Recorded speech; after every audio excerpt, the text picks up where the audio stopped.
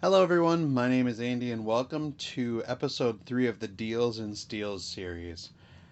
In front of you here we've got from probably the mid 2010s, looks like this was introduced in maybe 2012-ish, is the Carvin V3M, and I believe M is micro. And though this head doesn't look particularly small, it is kind of a lunchbox style head. It is a similar size to my PRS MT15, but this is 50 watts and it's also 3 channels, which is pretty cool. I picked this up off Craigslist yesterday. The 18th was yesterday, and it was $500. As far as it being a deal or a steal, I would call this a deal. Online, these are used for. I've seen a couple for around $500. I've seen more closer to the range of $700. So I kind of think of it as like $250 for the head, $250 for the cab, or $500 for the head with a free cabinet. As far as I know, it's more or less a matching cabinet. As you can see, it does say Carvin down there, which is cool. And it did come with the foot switch designed for it, which is pretty cool. You can select all 3 channels here. Plus, you can toggle reverb off and on, which is great, as well as a boost function.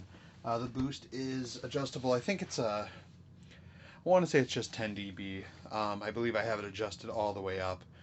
But otherwise, across the front there, you've got 3 channels with, let's see if I can tilt this up a smidge. 3 sections there. It goes 3, 2, 1. And channel 3 is clean. And then you've got 2 identical drive circuits. But each one has its own EQ.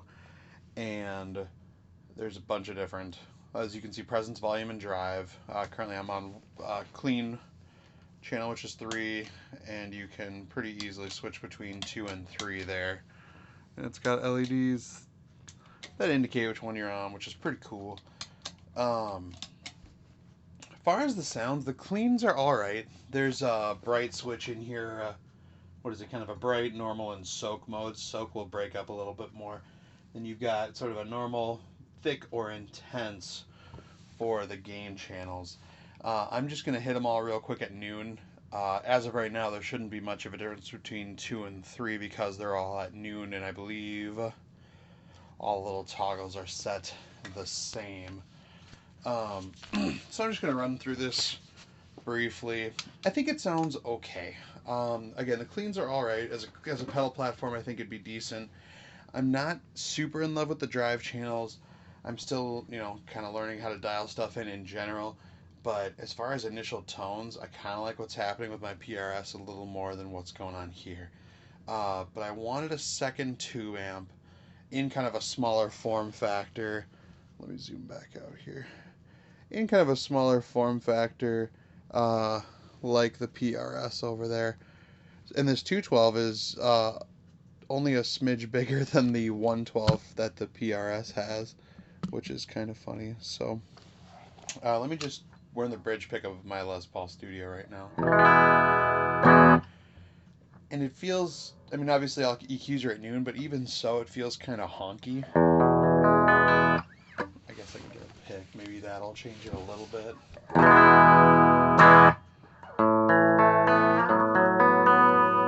Let's toggle the reverb on.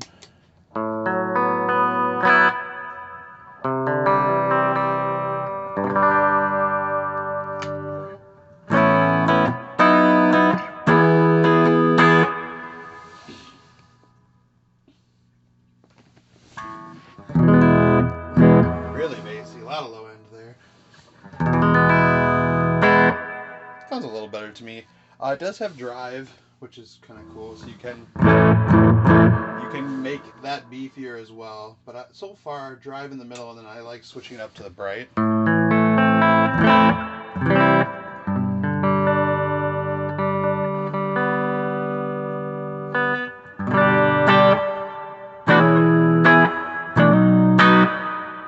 So it sounds okay, but let's switch over to the drive channel here. So this is 1, and 1 and 2 should sound the same.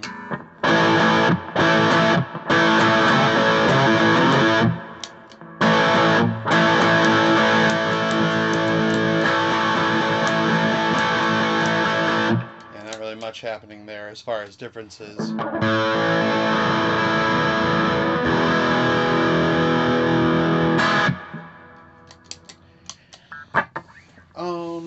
So let's...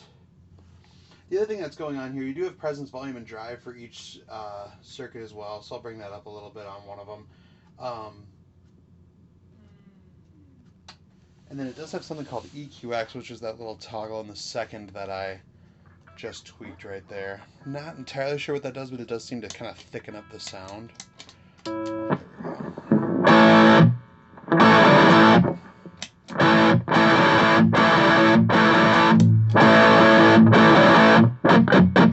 really adds some low end, doesn't it?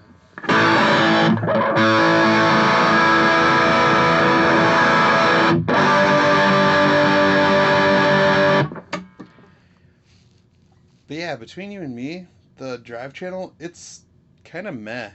One thing I've found about myself is that I keep finding myself more interested in a clean channel pedal platform and putting drive through the amp with a pedal. And with this or with the MT15, I gotta get more into, maybe putting a drive pedal in front, but then putting other stuff in the effects loop, things like that. But as of right now, I'm not really in love with the drives. I think it's a great looking amp. The fact that you can go up to 50 watts is pretty amazing.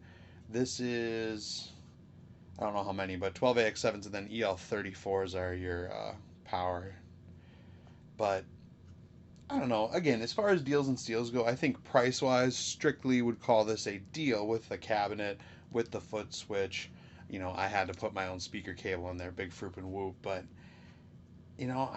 if the drives don't sound great, then what's the point? Again, I like the idea of a clean pedal platform, but the fact that it's 3 channels, and if 2 of them, to me aren't really usable, then what's the point? I'm gonna bring the drive way back here and see what that sounds like a little lower.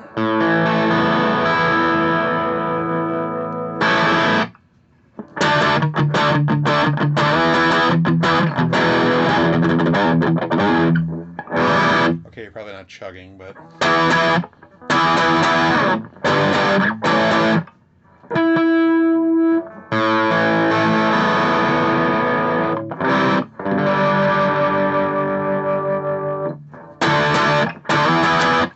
yeah, it's just not super pretty to me.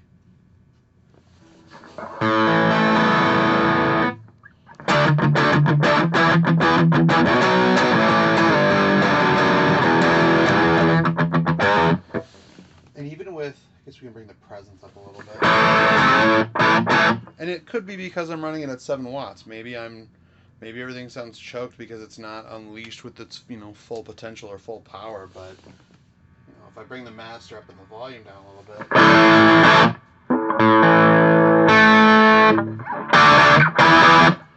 it doesn't sound any more quality, regardless of my playing, that is. Whereas, if I crank the thing, put it on intense, put the mids back in.